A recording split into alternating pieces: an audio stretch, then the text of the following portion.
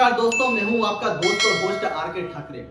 दोस्तों, 12 नवंबर 2023 रविवार को जिस समय पूरा भारत देश दिवाली मनाने में मशगूल था, मां लक्ष्मी को प्रसन्न करने में लगा हुआ था, ठीक उसी दिन सुबह 5:30 बजे उत्तराखंड के उत्तरकाशी की एक टनल में काम कर रहे 41 मजदूर की जान पर आ गई। हुआ ये था कि इस टनल का एक ऊपरी हिस्सा अचानक ढह गया, जिससे कि ये 41 मजदूर इसी टनल में फंस गए। तो आखिर कौन थे ये मजदूर, किस कंपनी के अंडर में इस टनल का प्रोजेक्ट था, ऐसी कौन सी गलतियां थी जो इस कंपनी ने अभी तक की है, और क्या भारत सरकार इस पर कुछ एक्शन लेगी भी नहीं, आइए समझते हैं।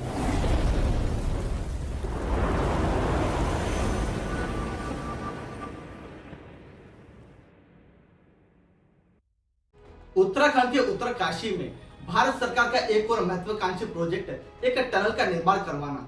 यह टनल ब्रह्मकाल यमुनोत्री नेशनल हाईवे 134 जो कि सिल्क से लेकर डंडल बारकोट पर बन रही है। इसकी कुल लंबाई 4.5 किलोमीटर है और इसे बनाने का मेन ऑब्जेक्टिव यही है कि 4 धाम यात्रा को और सुगम और ट्रांसपोर्टेशन को और आसान करना। पहले 4 धाम यात्रा के लिए सिल्क से लेकर डंडल तक 20 किलोमीटर का सफर करके जाना पड़ता है, लेकिन इस टनल के बनने के बाद यह सफर मात्र 4.5 किलोमीटर का रह जाएगा, जिसे 5 से 7 मिनट में ही तय किया जा सकता है। National highway and infrastructure development corporation limited fully owned company है ministry of road transport and highway government of India की, और भारत सरकार ने इस टनल को बनाने का प्रोजेक्ट हैदराबाद की एक company Navyug engineering corporation limited को दिया था। कैबिनेट ने इस टनल को बनाने का प्रस्ताव 2018 में पास किया था, लेकिन इसे बनाने की मंजूरी मिली थी 2019 से, और इस टनल को बनाने की जो टोटल कॉस्ट आकी गई है वो है लगभग 1131 करोड़ रुपए। दोस्तों, आप अभी जो स्क्रीन पे एक रूट देख रहे होंगे, ये एक 4 धाम का रूट है। सबसे पहले स्टार्ट में आता है ऋषिकेश, ऋषिकेश के बाद में आता है धारासू, धारासू के ठीक थोड़ा सा आगे चल के आता है अपना सिल्क्योरा, सिल्क्योरा के बाद आता है बारकोट, फिर उसके बाद आता है यमुनोत्री। धारासू से लेकर सिल्क्योरा तक जो है 60 किलोमीटर का नेशनल हाईवे है। सिल्क्योरा से लेकर जो बारकोट तक ये जो लंबा रास्ता जा रहा है, ये 20 किलोमीटर का रास्ता है, और इसको ही कम करने के लिए भारत सरकार ने जो है पहाड़ को काट के टनल बनाई जा रही है, और ये टनल जो है 4.5 किलोमीटर की है। और दोस्तों, ये है वो टनल, ये टनल जो है पूरी 4.5 किलोमीटर की है। इसका जो स्टार्टिंग पॉइंट है वो है सिल्क्योरा, और जो एंडिंग पॉइंट है वो बारकोट। सिल्क्योरा से है जो अभी तक 2210 मीटर की खुदाई की जा चुकी है, वही बारकोट से है 1710 मीटर की खुदाई की जा चुकी है। दोनों तरफ से खुदाई इसलिए की जा रही है ताकि तेज समय में इसका काम किया जा सके। और जो बीच का जो 420 मीटर का जो एरिया है, इसी की खुदाई करके मजदूर जो है रिटर्न लौट रहे थे, लेकिन सिल्क्योरा से 210 मीटर की दूरी पर अचानक से ऊपर से चट्टान धंस गई और 60 से 70 मीटर की एक मोटी परत का मलबा जम गया, जिससे इनका रास्ता ब्लॉक हो गया और ये मजदूर इसी टनल में फंस गए। जैसे ये घटना घटी, पूरे इलाके में अफरा तफरी मच गई, और जो बाहर जो लोग थे उनको यही लग रहा था कि जो अंदर मजदूर है उनकी या तो मृत्यु हो गई या तो वो जीवित है। तो बाहर जो मजदूर थे उन्होंने आनंद फानंद में इस मलबे को हटाना शुरू करा, लेकिन जितना मलबा हटाया जा रहा था ऊपर से और उतना ही मलबा इकट्ठा हो रहा था। जैसे ही घटना का पता स्टेट गवर्नमेंट को पता चला, तो डिजास्टर कमेटी के मेंबर, सीआरपीएफ और पुलिस के लगभग 200 जवान को यहाँ पे तैनात किया गया, लेकिन हालत इतने गंभीर हो गए थे कि मजदूर और पुलिस में ही झड़प हो गई, और मजदूर बस यही चिल्ला रहे थे।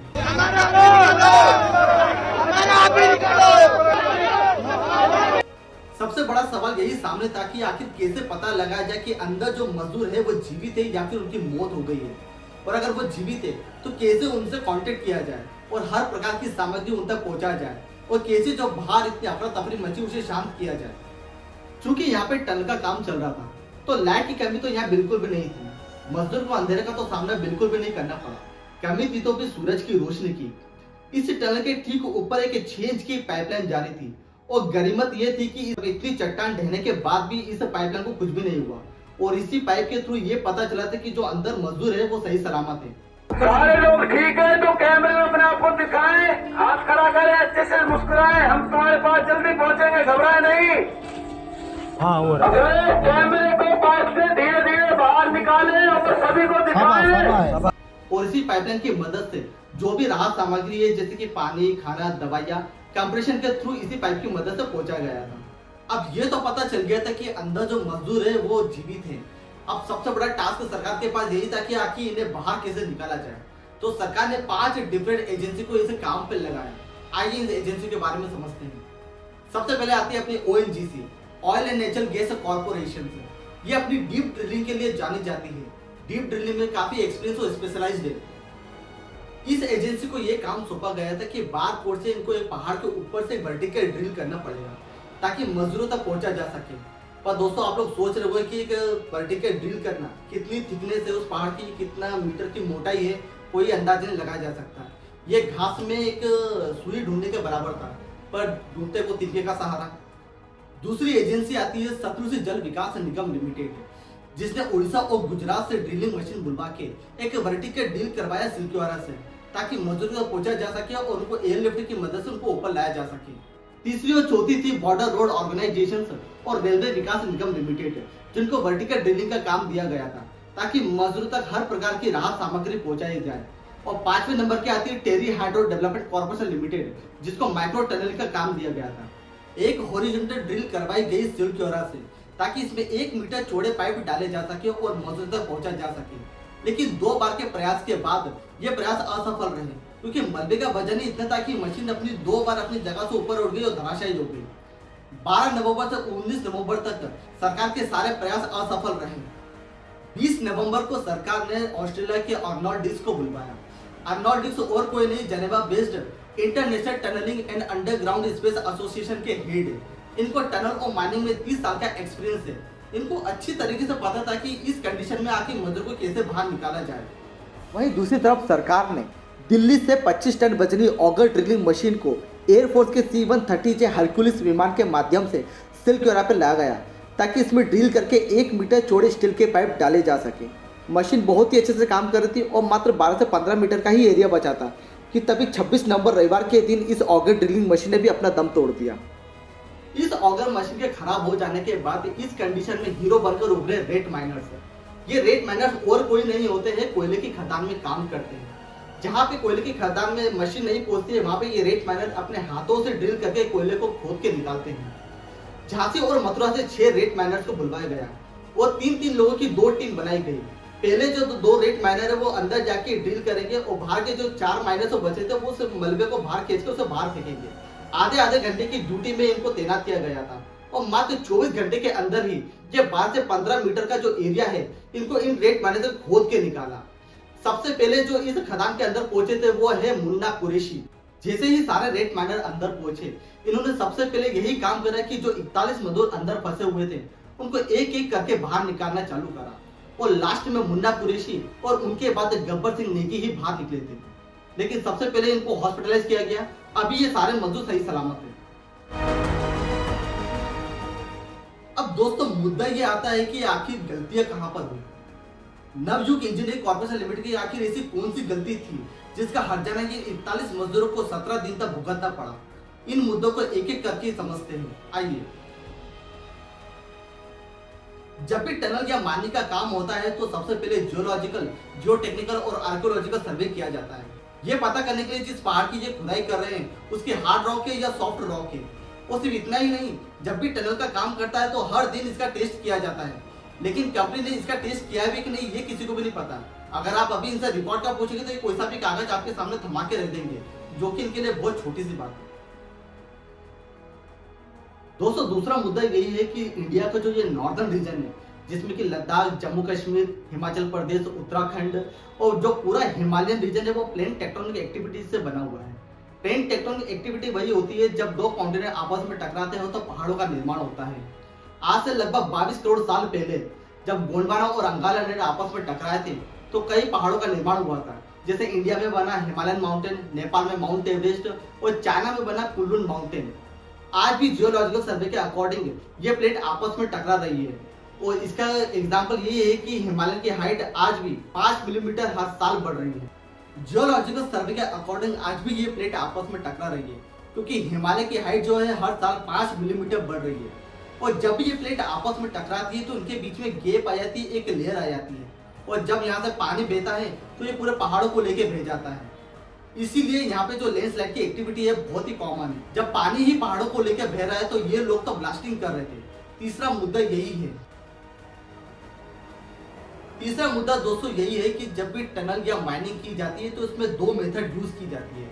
एक तो है TBM, टनल बोरिंग मशीन, और दूसरी है DBM, drill and blast method.